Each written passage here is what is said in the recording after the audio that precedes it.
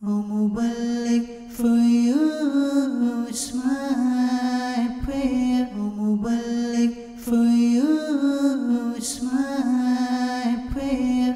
May you keep ascending success stair. O Muballigh, for you is my prayer. May you keep ascending success stair. الحمدللہ رب العالمین والصلاة والسلام على سید المرسلین اما بعد فاعوذ باللہ من الشیطان الرجیم بسم اللہ الرحمن الرحیم الصلاة والسلام علیک یا رسول اللہ وعلى آلک واصحابک یا حبیب اللہ الصلاة والسلام علیک یا نبی اللہ وعلى آلک واصحابک یا نور اللہ۔ میٹھے میٹھے اسلامی بھائیوں اور اسلامی بہنوں، الحمدللہ عز و جل خالق کائنات جل جلالہ کی زمین پر عشق رسول صلی اللہ تعالی علیہ وآلہ وسلم کا مدنی جام تقسیم کرنے والے ایسے مرد کامل اب بھی موجود ہیں جو فیشن کی آفت میں گرفتار لوگوں کو پیارے مصطفیٰ صلی اللہ تعالی علیہ وآلہ وسلم کی سنت کریمہ کا اسیر بنانے کے خواہاں ہیں۔ یہ اللہ عز و جل کا خاص کرم ہے کہ اس نے ہمیں اس پرفتن دور میں تبلیغ قرآن و سنت کی عالمگیر غیر سیاسی تحریک دعوت اسلامی کا مدنی ماحول اور شیخ طریقت امیر اہل سنت ابو بلال حضرت علامہ مولانا محمد الیاس عطار قادری رضوی دامت برکاتہم العالیہ جیسے ولی کامل کی صحبت باثر سے نوازا۔ یقیناً امیر اہل سنت دامت برکاتہم العالیہ ان عظیم ہستیوں میں سے ایک ہیں جن کی مخلصانہ جد و جہد کی برکت سے ہزاروں نہیں بلکہ لاکھوں مسلمان بالخصوص نوجوان برائیوں سے تائب ہو کے نیکیوں کی راہ پر گامزن ہو چکے ہیں۔ الحمدللہ عز و جل بلا مبالغہ امیر اہل سنت دامت برکاتہم العالیہ نے اپنے سنتوں پر بیانات کے ذریعے لاکھوں مسلمانوں کے دلوں میں مدنی انقلاب برپا کر دیا۔ لہذا تمام اسلامی بھائی اور اسلامی بہنیں اس بیان کو توجہ کے ساتھ سماعت فرمائیں۔ الحمدللہ رب العالمین والصلاة والسلام على سید المرسلین اما بعد فاعوذ باللہ من الشیطان الرجیم بسم اللہ الرحمن الرحیم الصلاة والسلام علیک یا رسول اللہ وعلى آلك وصحابك يا حبيب الله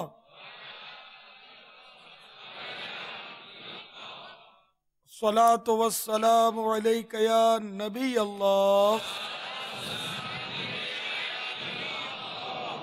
وعلى آلك وصحابك يا نور الله۔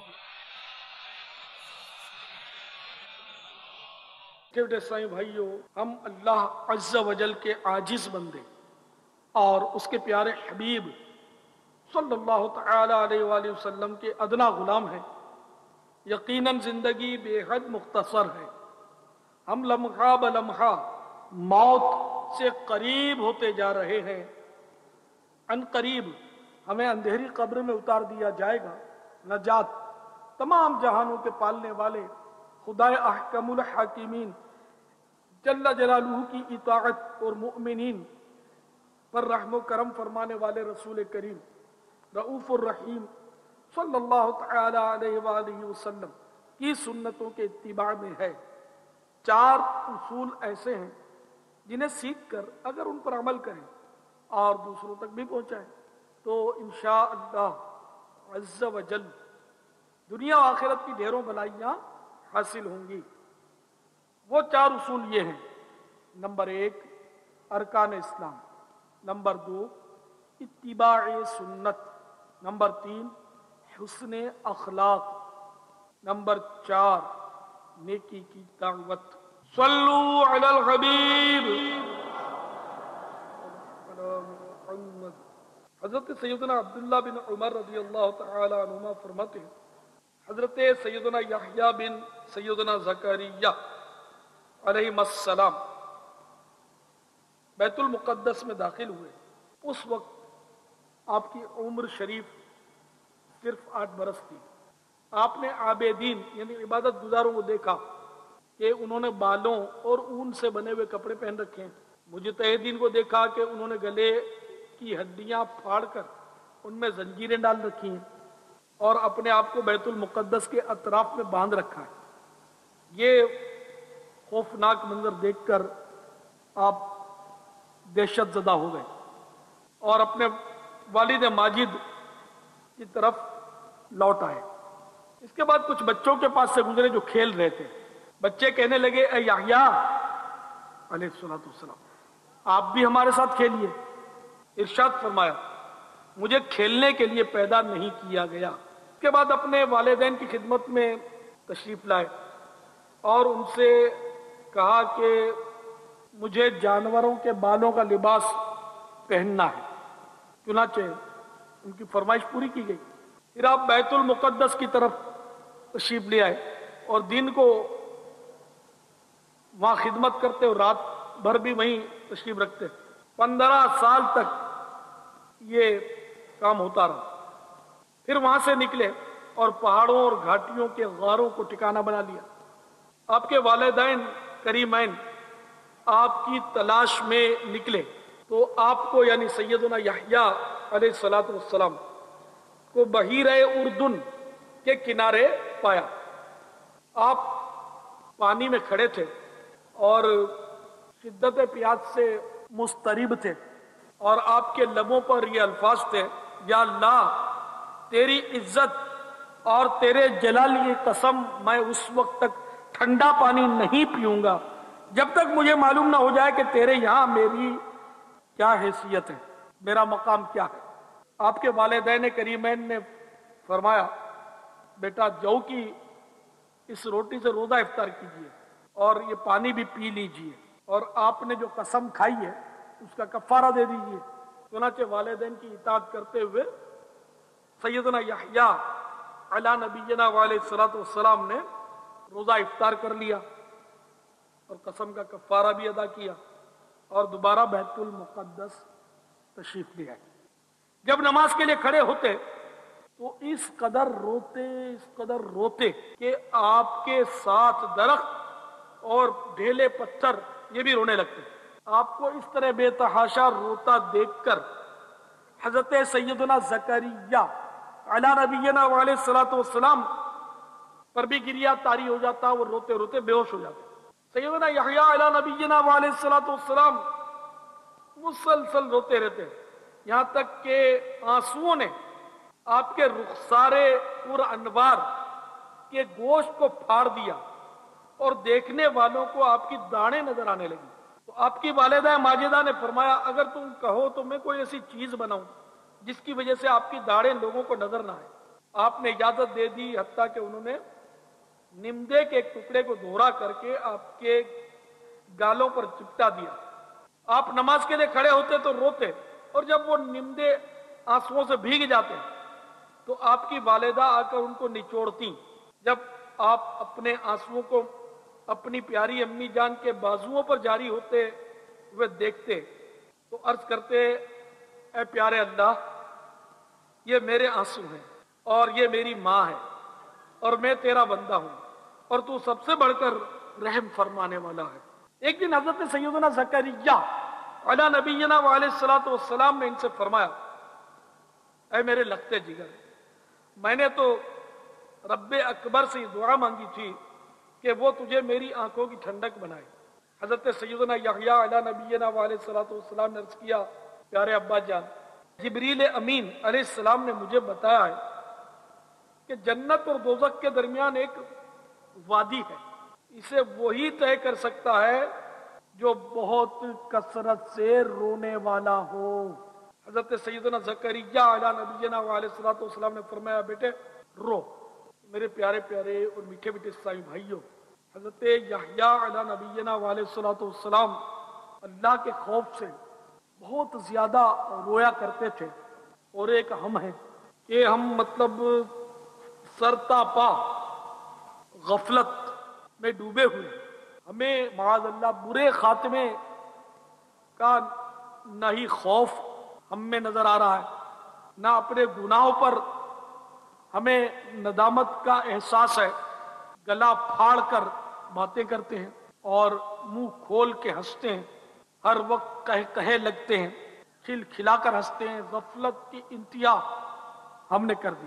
حالانکہ حدیث ہے التبسم من اللہ والقہقہۃ من الشیطان، یعنی تبسم، مسکرانا، یہ اللہ عز و جل کی طرف سے ہے، اور قہقہا شیطان کی جانب سے ہے۔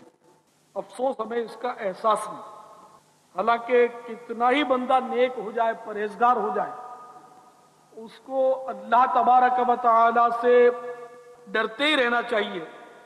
بے شک ایک شخص 50 سال تک جنتیوں والے اعمال کرتا ہے، خوب نمازیں پڑھتا ہے، گویا روزے رکھتا ہے، زکاتیں دیتا ہے، خیراتیں کرتا ہے، داڑھی بھی سجی ہے، امامہ بھی سر پہ جگمگا رہا ہے، زلفیں بھی لہرا رہی ہے، خوب مدنی قافلوں میں گویا سفر بھی کر رہا ہے، نیکی کی دعوت کی دھومیں بھی مچا رہا ہے، یعنی کہ خوب نیک ہے، یعنی جس کو حدیث پاک میں یہ کہا گیا کہ بے شک ایک شخص 50 سال تک جنتیوں والے اعمال کرتا ہے، یہاں تک کہ اس کے اور جنت کے درمیان ایک بالش کا فاصلہ رہ جاتا ہے، اور ایک روایت کے مطابق اونٹنی کی 2 دھاروں کے درمیان والی مقدار باقی رہ جاتی ہے کہ اس پر تقدیر غالب آتی ہے تو اس کا خاتمہ جہنمیوں والے کام پر ہوتا ہے۔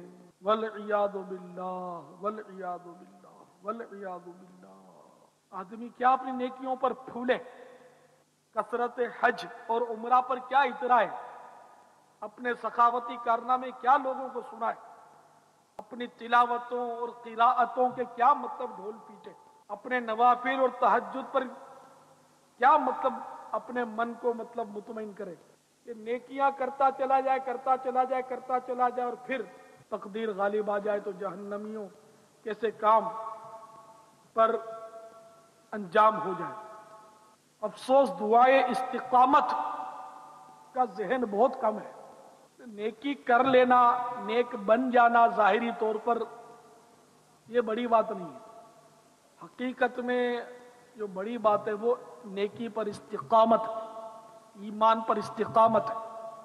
مقولہ ہے بزرگوں کا، یعنی استقامت کرامت پر بھی فوقیت اور سبقت رکھتی ہے، نہ کرامت سے بھی بڑھ کر ہے استقامت، جو آج بہت کم لوگوں کو حاصل ہے۔ اب آج جیسے اجتماع میں آ گئے تو بڑا دل چاہ رہا ہے کہ یوں نیکیاں کریں گے تو مدنی انعامت کا کارڈ بھی بس بھرنا ہے مجھے، مدنی قافلوں میں سفر تو کبھی نہیں چھوڑوں گا، بڑا ذہن بنتا ہے۔ مگر پھر جب اپنے وہی پرانے دوستوں میں جاتا ہے تو دیر کیا شیو بڑا رکھی ہے، تو ملا بن گیا، تو صاحب وہ داڑھی کی نیت تھی وہ بھی دوستوں نے ختم کرا دی، امامہ شریف تھا تو اس کو بھی مذاق کر کے امامہ شریف بھی غائب کروا دیا، قافلے کی نیت کے مقابلے میں سیر و تفریح کی دعوت دی، پکنک کی دعوت دی، سی سائیڈ پر چلنے کو کہا تو پھسل گئے، قافلے کے بدلے پکنک پر نکل گئے، معاذ اللہ۔ استقامت بڑی بات ہے، تو اس لیے ہر ایک کو چاہیے کہ وہ ایمان پر استقامت کی دعا کیا کرے کہ واقعی استقامت جو ہے وہ کرامت پر بھی فوقیت رکھتی ہے، سبقت رکھتی ہے۔ تو اللہ پاک اپنے پیارے محبوب صلی اللہ تعالی علیہ وآلہ وسلم کے صدقے ہمیں ایمان پر استقامت نصیب فرمائے، دعوت اسلامی کے مدنی ماحول میں استقامت نصیب فرمائے، اور اے کاش مطلب اشک باری کا ذہن بن جائے، اللہ تبارک و تعالی کے خوف سے ہماری آنکھیں بہتی رہیں، اے کاش۔ چنانچہ اللہ کے پیارے محبوب صلی اللہ تعالی علیہ وآلہ وسلم کی حالت یہ تھی کہ جب ہوا میں تبدیلی ہوتی اور سخت آندھی چلتی تو آپ کے چہرے انور کا رنگ متغیر ہو جاتا، یعنی تبدیل ہو جاتا۔ چنانچہ آپ صلی اللہ تعالی علیہ وآلہ وسلم بے قرار ہو کر کھڑے ہو جاتے اور بے تابانہ اپنے حجرہ مبارکہ میں چکر لگاتے، کبھی اندر جاتے کبھی باہر تشریف لاتے۔ یہ سب خوف خداوندی کی وجہ سے ہوتا تھا۔ حالانکہ میرے آقا میٹھے میٹھے مصطفیٰ صلی اللہ تعالی علیہ وآلہ وسلم بخشے بخشائے ہیں، لیکن اس کے باوجود آپ پر اس قدر خوف کا غلبہ رہتا اور آپ آندھی اور سخت ہوا چلنے پر بھی خوف زدہ ہو جاتے. حضرت عائشہ صدیقہ رضی اللہ تعالی عنہا فرماتی ہیں میں نے عرض کیا یا رسول اللہ صلی اللہ علیہ وسلم کیا آپ کی امت میں سے کوئی شخص بغیر حساب کے جنت میں جائے گا؟ ارشاد فرمایا جی ہاں، جو شخص اپنے گناہوں کو یاد کر کے روئے. افسوس ہمیں اپنے گناہوں پر رونا نہیں آتا. قرآن پاک میں ارشاد ہے سورہ توبہ کی آیت نمبر 82 فَلْيَضْحَكُوا قَلِيلًا وَلْيَبْكُوا كَثِيرًا. ترجمہ کنزُ ایمان، تو انہیں چاہیے تھوڑا ہنسیں اور بہت روئیں. اور سورۃ النجم آیت نمبر 59 میں ارشاد ہوتا ہے أَفَمِنْ هَذَا الْحَدِيثِ تَعْجَبُونَ وَتَضْحَكُونَ وَلَا تَبْكُونَ وَأَنْتُمْ سَامِدُونَ.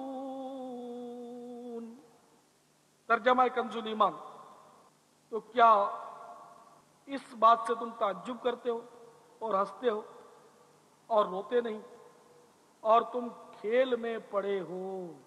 اللہ کے پیارے محبوب دانا غیوب منزہ عن العیوب صلی اللہ تعالی علیہ وآلہ وسلم نے ارشاد فرمایا جس مومن کی آنکھوں سے اللہ تبارک و تعالی کے خوف سے آنسو نکلتا ہے اگرچہ مکھی کے سر کے برابر ہو، پھر اسے اس کے چہرے کی گرمی کی وجہ سے کوئی مصیبت پہنچتی ہے تو اللہ تبارک و تعالی اسے جہنم پر حرام کر دیتا ہے.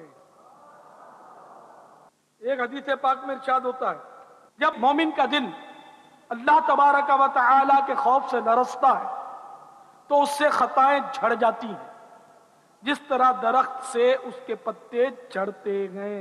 ایک اور مقام پر ارشاد ہوتا ہے جو شخص اللہ تعالی کے خوف سے روتا ہے وہ ہرگز جہنم میں داخل نہیں ہوگا یہاں تک کہ دودھ تھن میں واپس آ جائے.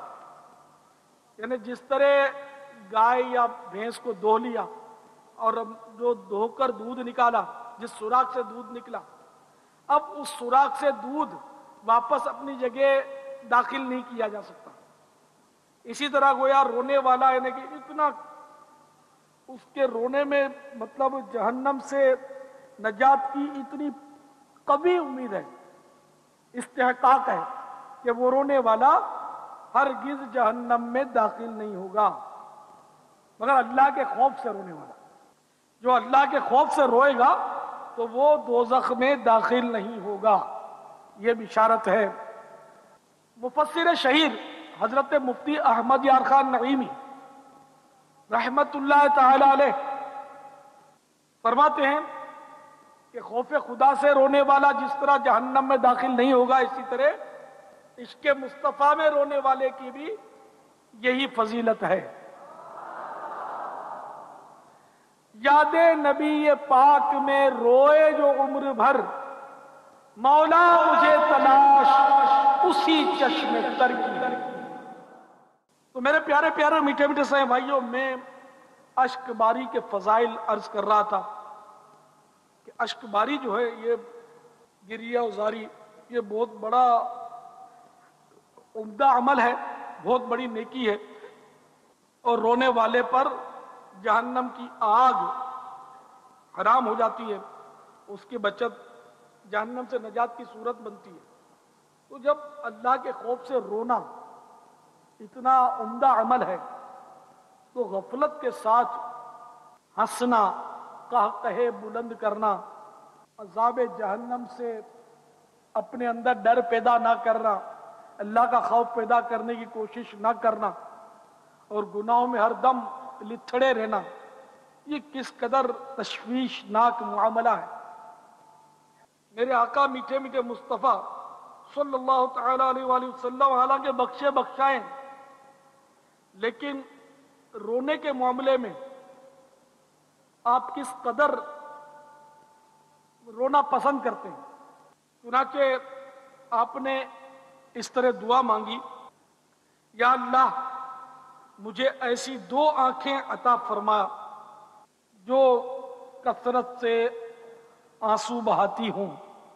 اور آنسو گرانے سے تسکین دیں اس سے پہلے کہ آنسو خون بن جائیں اور داڑیں انگاروں میں بدل جائیں. کیونکہ جہنمی جب آنسو ختم ہو جائیں گے تو خون روئیں گے، اور نبی تو معصوم ہے، سرکار معصوم ہے، یعنی کہ خبر دے رہے ہیں آپ کہ اس سے پہلے کہ آنسو خون بن جائیں اور داڑیں انگاروں میں بدل جائیں. تو جہنمیوں کے اتنے آنسو بہیں گے کہ پھر خون بہیں گے، آنسو ختم ہو جائیں گے اور داڑیں انگاروں میں تبدیل ہو جائیں. داڑھ جو ہے نا وہ آگ کی ہوگی اور احد پہاڑ کے برابر ہوگی ایک ایک داڑھ. تو جہنمی کا وجود جو ہے وہ بہت بڑا کر دیا جائے گا، اس کا جسم جو ہے بہت ہی بڑا کر دیا جائے گا، میلوں میل بڑا، اور جتنا وجود بڑا ہوگا اتنا عذاب تکلیف زیادہ ہوگی. یعنی اس کو یوں سمجھنے کی کوشش کریں کہ انگلی پر کوئی چیز چبھوئی جائے، اس کا درد تو ہوگا، لیکن اس کے مقابلے کے پوری ہتھیلی پر کوئی چیز بڑی چیز چبھوئی جائے کہ ہتھیلی بڑی ہے، اس کے حساب سے تو ظاہر زیادہ درد ہوگا. تو جہنمیوں کا بہت بڑا وجود کر دیا جائے گا جسم، تاکہ ان کو عذاب زیادہ سے زیادہ ہو. اللہ تعالی اپنے پیارے حبیب صلی اللہ تعالی علیہ وآلہ وسلم کے صدقے ہمیں ایمان پر استقامت دے، ایمان پر عافیت کے ساتھ مدینے میں شہادت، جنت البقیع میں مدفن اور جنت الفردوس میں اپنے پیارے محبوب صلی اللہ تعالی علیہ وآلہ وسلم کا پڑوس عطا فرمائے. ہمیں اللہ تعالی جہنم کے عذاب سے محفوظ رکھے. ایک حدیث شریف میں ارشاد ہے، جس دن اللہ تعالی کے عرش کے سائے کے سوا کوئی سایہ نہ ہوگا، 7 افراد اس کے سائے میں ہوں گے، اور ان میں سے ایک یہ بھی ہوگا جو علیحدگی میں اللہ تعالیٰ کو یاد کرتا ہے تو اس کی آنکھوں سے آنسو جاری ہو جاتے ہیں. مجمع عام میں، اجتماع عام میں تو بندہ رو لیتا ہے، نعت سن کر رو لیتا ہے، دعا میں رو لیتا ہے، لیکن یہ فضیلت اس کی ہے جو تنہائی میں اللہ کو یاد کر کے، مثلا دعا کرنے میں، دعا کرنا بھی ذکر ہی ہے، اس کی یاد ہی ہے، تو تنہائی میں ایسی جگہ دعا مانگے جہاں نہ کوئی دیکھے نہ سنے، نہ کسی کو پتا چلے، نہ خود کسی کو بتائے، رب جانے بندہ جانے، تو تنہائی میں اس کے خوف سے روئے، تو اس کے لیے بشارت ہے کہ اس کو بھی قیامت کے روز عرش الہی کا سایہ نصیب ہوگا. واقعی اکیلے میں رونا بھی چاہیے. یہ کیا کہ صرف سب کے سامنے آدمی روئے، سب کے سامنے رونے میں تو ریاکاری کا بہت چانس ہوتا ہے، اکیلے میں اس کا امکان ظاہر نہیں رہتا ان مانو کر جب تک خود کسی کو نہ بتائے. تو رونا بہرحال ضرور چاہیے. دنیا کے غم میں تو آدمی روتا ہے، بچہ بیمار ہے تو روتا ہے، خود بیمار ہے تو روتا ہے، ڈاکٹر نے کہا کہ بھئی فلاں ٹیسٹ کرواؤ تو روتا ہے، اگر رپورٹ میں کوئی مرض ڈکلیئر ہوا تو روتا ہے، اپنے گھر میں کوئی فوتگی ہو گئی تو روتا ہے، نوکری چھوٹ گئی تو روتا ہے، تنگ دستی ہے تو روتا ہے، قرض داری ہے تو روتا ہے. دنیا کے غموں میں تو ہمارے اشک وقف ہیں. افسوس اللہ کے خوف سے ہمیں رونا نصیب نہیں ہوتا. افسوس یاد الہی میں رونے کی سعادت سے ہم محروم ہوئے جا رہے ہیں. اے کاش ہمیں یاد الہی میں اور عشق مصطفی میں رونا نصیب ہو جائے. جل جلالہ و صلی اللہ تعالی علیہ وآلہ وسلم.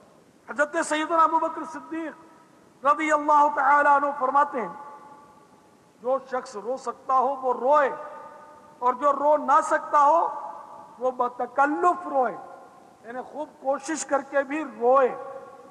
رونے والی آنکھیں مانگو، رونا سب کا کام نہیں.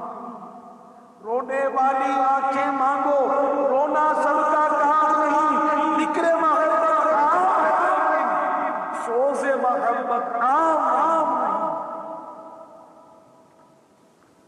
تو اللہ تبارک و تعالی سے رونے والی آنکھیں مانگنا یہ بھی سنت ہے، جیسا کہ ابھی آپ نے حدیث سے پاک سنی. ساتھ میں ہم اخلاص کی بھیک بھی اللہ سے مانگتے ہیں کہ یا اللہ ہمیں رونے والی آنکھیں بھی دے اور اخلاص بھی نصیب فرما، تاکہ ہم ریاکاری سے بچے رہیں. حضرت سیدنا محمد بن منقدر رحمت اللہ تعالی علیہ جب روتے اپنے چہرے اور داڑھی سے آنسو صاف کرتے اور آنسوؤں کو بلکہ پھیلا لیتے ہیں، چہرے پر پھیلا لیتے اور فرماتے ہیں مجھے یہ بات پہنچی ہے کہ آگ اس جگہ کو نہیں جلاتی جس جگہ خوف خدا سے آنسو لگے ہوں۔ اللہ تعالیٰ اپنے پیارے حبیب صلی اللہ تعالیٰ علیہ وآلہ وسلم کے طفیل ہم سب کو رونا نصیب فرمائے۔ میرے پیارے پیارے میٹھے میٹھے آقا مدینے والے مصطفیٰ صلی اللہ تعالیٰ علیہ وآلہ وسلم کا فرمان عالی شان ہے کہ حضرت جبریل امین علیہ السلام میرے پاس جب بھی آئے خدا جبار جل جلالہ کے خوف کی وجہ سے کانپ رہے ہوتے۔ منقول ہے کہ جب ابلیس مردود ہوا تو حضرت جبریل امین اور حضرت میکائیل علیہ السلام رونے لگے۔ اللہ تبارک و تعالی نے ان دونوں کی طرف وحی بھیجی کہ تم دونوں کیوں روتے ہو؟ انہوں نے عرض کیا اے پروردگار عز و جل، ہم تیری خفیہ تدبیر سے بے خوف نہیں ہیں۔ اللہ تبارک و تعالی نے ارشاد فرمایا تم اسی طرح رہنا اور میری خفیہ تدبیر سے بے خوف نہ ہونا۔ یہ تو رسول ملائکہ ہیں، جبریل و میکائیل علیہ السلام، فرشتے معصوم ہوتے ہیں۔ اس کے باوجود جب شیطان کا انجام ان حضرات نے ملاحظہ فرمایا تو خوف سے رونے لگے کہ نہ معلوم ہمارے ساتھ کیا ہونے والا ہے، اللہ تعالیٰ کی خفیہ تدبیر ہمارے ساتھ کیا ہوتی ہے کچھ بھی نہیں معلوم۔ یہ مطلب ان حضرات کا خوف تھا اور اس طرح وہ حضرات اشک باری کیا کرتے۔ حضرت سیدنا انس بن مالک رضی اللہ تعالی عنہ سے روایت ہے نبی کریم رؤوف الرحیم علیہ افضل الصلاۃ والتسلیم نے حضرت جبریل علیہ السلام سے استفسار فرمایا کہ کیا وجہ ہے میں حضرت میکائیل علیہ السلام کو ہنستے ہوئے نہیں دیکھتا؟ حضرت سیدنا جبریل امین علیہ السلام نے جواب دیا جب سے جہنم کو پیدا کیا گیا ہے حضرت میکائیل علیہ السلام نہیں ہنسے۔ سبحان اللہ کہنے والوں، میں نے کیا کہا اس پر بھی تو غور کر لو۔ معصوم فرشتہ جو ملائکہ کا رسول ہے، جہنم جب سے پیدا ہوا خوف خدا کی وجہ سے اس کو کبھی ہنسی نہیں آئی، ایک دم مطلب ہے کہ اس طرح وہ ڈر گئے اللہ سے۔ تو ہمیں مطلب داد و تحسین کے نعرے بلند کرنے کے بجائے ایسے وقت خوف خدا سے لرزنا چاہیے، اللہ تعالیٰ کے عذاب سے پناہ مانگنی چاہیے کہ جب معصوم فرشتے کے خوف کا یہ حال ہے جو قطعی جنتی ہے، رسول ہے ملائکہ کا، تو ہماری تو کوئی گارنٹی نہیں ہے کہ ہمارا خاتمہ کیسا ہوگا۔ ہمیں تو کچھ پتہ ہی نہیں کہ ہم جنت میں جائیں گے یا دوزخ میں۔ دیکھیں صحابہ کرام علیہم الرضوان کس قدر حساس ہوتے تھے۔ چنانچہ حضرت سیدنا حنظلہ رضی اللہ تعالی عنہ فرماتے ہیں کہ ایک بار مدینے کے تاجدار صلی اللہ تعالی علیہ وآلہ وسلم نے بیان فرمایا، اس بیان کو سن کر، اس واعظ شریف کو سن کر ہمارے دل نرم ہو گئے، آنکھوں سے آنسو بہنے لگے۔ پھر جب میں اپنی گھر کی طرف پلٹا اور گھر میں مشغول ہوا، اپنی بیوی سے بھی گفتگو ہوئی، دنیاوی باتیں بھی ہوئی، جو کچھ وہاں سے ایک رقت اور سوز کی کیفیت لے کر میں آیا تھا وہ ختم ہو گئی۔ تو میں ایک دم گھبرا گیا کہ کہیں میں منافق تو نہیں ہو گیا، کیونکہ جو خوف اور رقت میرے اندر تھی وہ تو جا چکی۔ چنانچہ میں گھبرا کر باہر نکلا اور پکارنے لگا حنظلہ منافق ہو گیا، حنظلہ منافق ہو گیا۔ حضرت سیدنا ابوبکر صدیق رضی اللہ تعالیٰ عنہ سامنے سے تشریف لائے اور فرمانے لگے ہرگز نہیں، حنظلہ منافق نہیں ہوا۔ فرماتے ہیں کہ پھر میں تاجدار رسالت صلی اللہ تعالی علیہ وآلہ وسلم کی خدمت سراپا رحمت میں حاضر ہوا، اور اس وقت بھی مجھ پر یہ کیفیت طاری تھی اور میں کہے جا رہا تھا کہ حنظلہ منافق ہو گیا۔ نبی پاک صاحب الاولاق سیاہ افلاک صلی اللہ تعالی علیہ وآلہ وسلم نے ارشاد فرمایا ہرگز نہیں، حنظلہ منافق نہیں ہوا۔ تو میں نے عرض کیا یا رسول اللہ عز و جل و صلی اللہ تعالی علیہ وآلہ وسلم، جب ہم آپ کی خدمت میں حاضر تھے تو آپ نے ایسا واعظ ارشاد فرمایا جس سے دل دہل گئے، آنکھوں سے ٹپ ٹپ آنسو گرنے لگے۔ اور ہم نے اپنے آپ کو پہچان لیا کہ جب میں اپنے گھر والوں کی طرف لوٹا اور ہم دنیاوی باتوں میں مشغول ہو گئے اور آپ کی صحبت بابرکت میں جو حالت پیدا ہوئی تھی میں اسے بھول گیا. تو اللہ کے محبوب دانا غیوب منزہ عن العیوب صلی اللہ تعالی علیہ وآلہ وسلم نے ارشاد فرمایا اے حنظلہ اگر تم ہمیشہ اسی حالت پر رہتے یعنی رقت طاری رہتی ہے روتے رہتے اگر تم ہمیشہ اسی حالت پر رہتے تو فرشتے راستوں میں اور تمہارے بچھونے پر تم سے مصافحہ کرتے. لیکن اے حنظلہ وقت وقت کی بات ہوتی ہے. تو میرے میٹھے میٹھے اور پیارے پیارے اسلامی بھائیوں معلوم ہوا کہ صحابہ اکرام کتنے حساس ہوتے تھے. یہ رقت جاتی رہی کیفیت دل کی بدلی تو دوسری کیفیت طاری ہو گئی کہ یہ کیا میں منافق ہو گیا. دل میں کچھ زبان پر کچھ اس کو بھی نفاق کی علامت ہے لیکن وہ تو صحابی تھے ان کا خوف خدا تھا کہ اللہ کے خوف کی وجہ سے وہ ایک دم گھبرا گئے اور یہ حالت ہو گئی کہ چلانے لگے کہ حنظلہ منافق ہو گیا اور گلیوں میں نکل آئی ہے چلاتے ہوئے. سرکار صلی اللہ تعالی علیہ وآلہ وسلم نے جو کہ غیب کی خبر رکھتے ہیں دلوں کے حال جانتے ہیں لہذا حنظلہ رضی اللہ تعالیٰ عنہ کے دل کا حال جان لیا اور مہر لگا دی کہ حنظلہ منافق نہیں ہوا.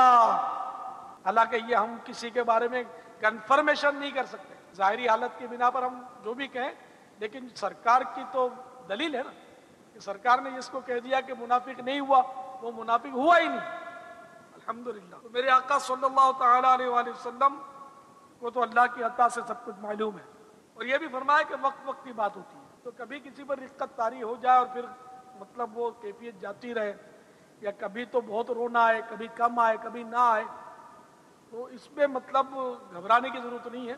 یہ وقت وقت کی بات ہوتی ہے. ذوق بڑھنے کی گھڑیاں ہوتی ہیں لمحات ہوتی ہیں. بعض اوقات شروع میں کوئی نیا مدنی ماحول میں آتا ہے تو وہ بہت روتا ہے پھر آہستہ آہستہ ٹھنڈا ہو جاتا ہے وہ بھی گھبراتا ہوگا. تو بعض اوقات پھر کہتے ہیں کہ پہلے تو اجتماع میں بڑی رقت ہوتی تھی دعا میں بڑا رونا آتا تھا اب تو مطلب وہ اجتماع میں رقت نہیں ہے. یہ ہے سب سے بڑی حماقت کہ اپنے دل کی کیفیت بدل گئی تو بندہ سمجھا کہ اجتماعی بدل گیا کہ اب دعا میں رقت نہیں ہوتی. دعا میں وہی رقت ہے وہی کیفیت ہے دل تیرا بدلا اس کو تسلیم کر لے تاکہ تو ہلاکت میں جا کر نہ پڑے. اگر دعا میں وہ کیفیت نہیں ہوتی تو تیرے علاوہ دوسرے تو رو ہی رہے نا وہی تو رو رہا ہے. اور اگر رونے کی آواز نہیں بھی نکل رہی تو اس کی کوئی گارنٹی نہیں کہ کوئی نہیں رو رہا. کئی ایسے ہوتے ہیں کہ جو آواز کے بغیر روتے ہیں. اگر آنسو نہیں بھی بہتے تو دل روتا ہے تو دعا تو عبادت ہے. تو یہ مطلب بالکل جہالت کی بات ہے کہ اب مطلب وہ رقت تو نہیں ہے. وہ یہ بارہا میں نے سنا ہے مطلب بعض لوگ بولتے ہیں اب پہلے نعت خوانی ایسی ہوتی تھی اور اب تو صاحب وہ رقت نہیں ہوتی اس میں یہ نہیں ہوتا وہ نہیں ہوتا. تو یہ آپ کے دل کی کیفیت بدلی ہے ورنہ محبوب کے ثناخوانی تو وہی ہے اور ہوتی رہے گی ہو رہی ہے اور جاری رہے گی. رونے والے روتے رہیں گے تڑپنے والے تڑپتے رہیں گے دیکھنے والے جلوے دیکھتے رہیں گے. ہمیں اپنے دل کا علاج کرنا چاہیے اور یہ کوئی ضروری نہیں کہ مطلب کسی کی آواز میں سوز ہو تو ہی رونا ہے. بعض اوقات مطلب یہ کہ آواز میں کچھ بھی دم نہیں ہوتا لیکن اللہ تبارک و تعالیٰ کے خوف کا غلبہ ہوتا ہے تو بندہ پھوٹ پھوٹ کر رونا شروع کر دیتا ہے. ویسے خامخواہ بیٹھے بیٹھے بندہ رونا شروع کر دیتا ہے. اس میں کہاں کسی کی آواز ہے. اگر صرف آواز پر ہی رونا منحصر ہوتا تو تنہائی میں دعا پر کون روتا. چلو ہم نہیں روتے تنہائی میں دعا پر لیکن رونے والے تو روتے ہی ہیں. ابھی ہم نے جن اپنے اسلاف کا بزرگوں کے واقعات سنے سیدنا یحییٰ علیہ نبینا علیہ السلام کے کثرت کے گریہ ازاری کے واقعات سنے یہ کہاں کسی کی آواز پر ہوتے تھے. اصل تو اللہ کا خوف ہونا چاہیے. اصل تو محبوب صلی اللہ تعالی علیہ وآلہ وسلم کا عشق ہونا چاہیے. تو جب عشق کا غلبہ ہوگا تو وہ غم میں تبدیل ہو جائے گا. جب غم میں تبدیل ہوگا تو رونا آئے گا. جیسے بولتے ہیں نا غم مصطفیٰ صلی اللہ تعالی علیہ وآلہ وسلم یا غم مدینہ. تو یہ غم عشق کا مبالغے کا سمجھو کہ مطلب سیکھا ہے کہ عشق کا اتنا غلبہ کہ وہ غم میں تبدیل ہو جائے. جیسے کہ بعض اوقات کسی سے محبت ہوتی ہے لیکن بندہ محبت بھی ہوتی ہے لیکن ہنستا بھی ہے بات بھی کرتا ہے چیت بھی کرتا ہے سب کچھ کرتا ہے. لیکن کبھی کبھی محبت بہت بڑھ جاتی ہے تو رونا آ جاتا ہے. یا کبھی جس سے محبت ہے اس کے سامنے آتا ہے اس کو دیکھتا ہے تو اس کو دیکھ کر رونے لگتا ہے، یا سنجیدگی آ جاتی ہے، دل میں ایک رقت سی پیدا ہو جاتی ہے اس کو دیکھ کر. تو یہ سب غم کی کیفیات، محبت جو تھی وہ غم کے سانچے میں ڈلی تو اس نے سنجیدہ بنایا، رقت پیدا کی اور اشک باری شروع ہو گئی. یہی غم مدینہ کے مدینے کا عشق جو ہے وہ مطلب غم کی صورت اختیار کر جائے اور بندہ ہجر و فراق میں روئے، تڑپے. اسی طرح مطلب سرکار صلی اللہ تعالی علیہ وآلہ وسلم کا عشق جو ہے وہ بھی غم میں تبدیل ہو جائے، خوب روئے، تڑپے، پچھاڑیں کھائے. اللہ کرے کہ ہمیں بھی عشق کا غلبہ نصیب ہو جائے. ایسا گما دے ان کی وجہ میں خدا ہمیں، ڈھونڈا کرے پر اپنی خبر کو خبر ہو. میرے پیارے پیارے میٹھے میٹھے اسلامی بھائیوں، میں آپ کی خدمت میں رونے کے فضائل میں نے عرض کیے. اللہ تعالیٰ پیارے حبیب صلی اللہ تعالی علیہ وآلہ وسلم کے صدقے میں ہمیں بھی اپنا خوف نصیب فرمائے اور ہمیں بھی اے کاش رونا آیا کرے. اللہ تبارک و تعالیٰ کے کچھ ایسے فرشتے ہیں کہ جب سے جہنم پیدا کیا گیا ان میں سے کوئی بھی اس ڈر سے نہیں ہنسا کہ کہیں اللہ تبارک و تعالیٰ غضبناک نہ ہو جائے اور ہمیں جہنم کے عذاب میں مبتلا نہ کر دے. یعنی ہنسنا جو ہے نا، اس کی بزرگوں میں بڑی مخالفت پائی گئی ہے. فرشتے بھی آپ نے ابھی سنا کہ وہ ڈرتے تھے کہ کہیں ہنسنے کی وجہ سے اللہ تعالیٰ ناراض نہ ہو جائے. اگرچہ مطلقاً ہنسنا ممنوع نہیں ہے، جیسے تبسم، مسکرانا یہ جائز ہے. مسجد میں بھی مسکرا سکتے ہیں، اس میں آواز مطلقاً پیدا نہیں ہوتی. ہنسنا یہ بھی جائز ہے اور سرکار صلی اللہ تعالی علیہ وآلہ وسلم سے بھی ثابت. ہنسنے کی تعریف یہ کہ اتنی آواز نکلی کہ خود اپنے کانوں سے سن لی، اگر سن لی تو دوسرا کوئی سن لے، اتنی آواز سے ہنسنا کہ دوسرا ہو تو سن لے، اس کو کہا بولتے ہیں. اور سرکار صلی اللہ تعالی علیہ وآلہ وسلم نے کہا کبھی بھی نہیں لگایا. تو مسجد میں ہنسنا کہ جس کی آواز خود سن لے اتنی آواز نکل گئی. حدیث پاک میں ہے کہ مسجد میں ہنسنا قبر میں اندھیرا لاتا ہے. اور کہا تو اس سے بڑھ کر ناجائز ہوا کہ دوسروں نے آواز سنی. تو آج کل تو بدقسمتی سے کہے بھی لگتے ہیں، بعض میں سے چٹکلے سناتے ہیں یا ایسے مطلب انداز و نخرے اختیار کرتے ہیں کہ سامعین ہنسنے لگتے ہیں زور زور سے. اللہ تبارک و تعالی ہمیں اپنا خوف نصیب فرمائے، رونے والی آنکھیں عطا کر دے. یاد نبی پاک میں روئے جو عمر بھر، مولا مجھے تلاش اسی چشم تر کی ہے. یاد خدا پاک میں روئے جو عمر بھر، آقا ہمیں تلاش اسی چشم تر کی ہے. یہ رونا، پھڑکنا، تڑپنا سیکھنا ہے تو دعوت اسلامی کے مدنی قافلوں میں سفر کو اپنا معمول بنا لیجئے. انشاءاللہ دعوت اسلامی کے مدنی قافلوں میں سنجیدہ ماحول ملے گا. انشاءاللہ عز و جل رونا بھی آئے گا انشاءاللہ جل جلالہ. اللہ کا خوف بھی دلوں میں پیدا ہوگا. ہر اسلامی بھائی کو چاہیے کہ زندگی میں کم از کم 12 ماہ یک مشت، ہر 12 ماہ میں 1 ماہ، ہر ماہ 3 دن مدنی قافلے میں سفر کو اپنا معمول بنا لے. اور مدنی قافلوں میں استقامت کے لیے مدنی انعامات پر عمل بھی کیجیے. روزانہ فکر مدینہ میں اس کا کارڈ پر کیجیے. فکر مدینہ یعنی اپنا محاسبہ، اپنے گناہوں کو یاد کرے، بندہ روئے، توبہ کرے، فلاں گناہ کیوں کیا، یہ اپنے نفس سے اس کا جواب طلب کرے، اپنے آپ کو ڈرائے. اس کو دعوت اسلامی کے مدنی ماحول میں فکر مدینہ کہتے ہیں. تو اس دوران فکر مدینہ روزانہ کاش نصیب ہو جائے تو روزانہ کارڈ پر کریں. اس میں آسانی بھی ہے، یاد بھی رہے گا اس طرح. اور پھر جب مہینہ پورا ہو جائے تو اپنے ذمہ دار کو فوراً جمع کروا دیں. اس طرح انشاءاللہ استقامت ملے گی آپ کو مدنی انعامات پر، پرہیزگاری نصیب ہوگی انشاءاللہ عز و جل. O Muballigh, for you is my prayer. O Muballigh, for you is my prayer. May you keep ascending success.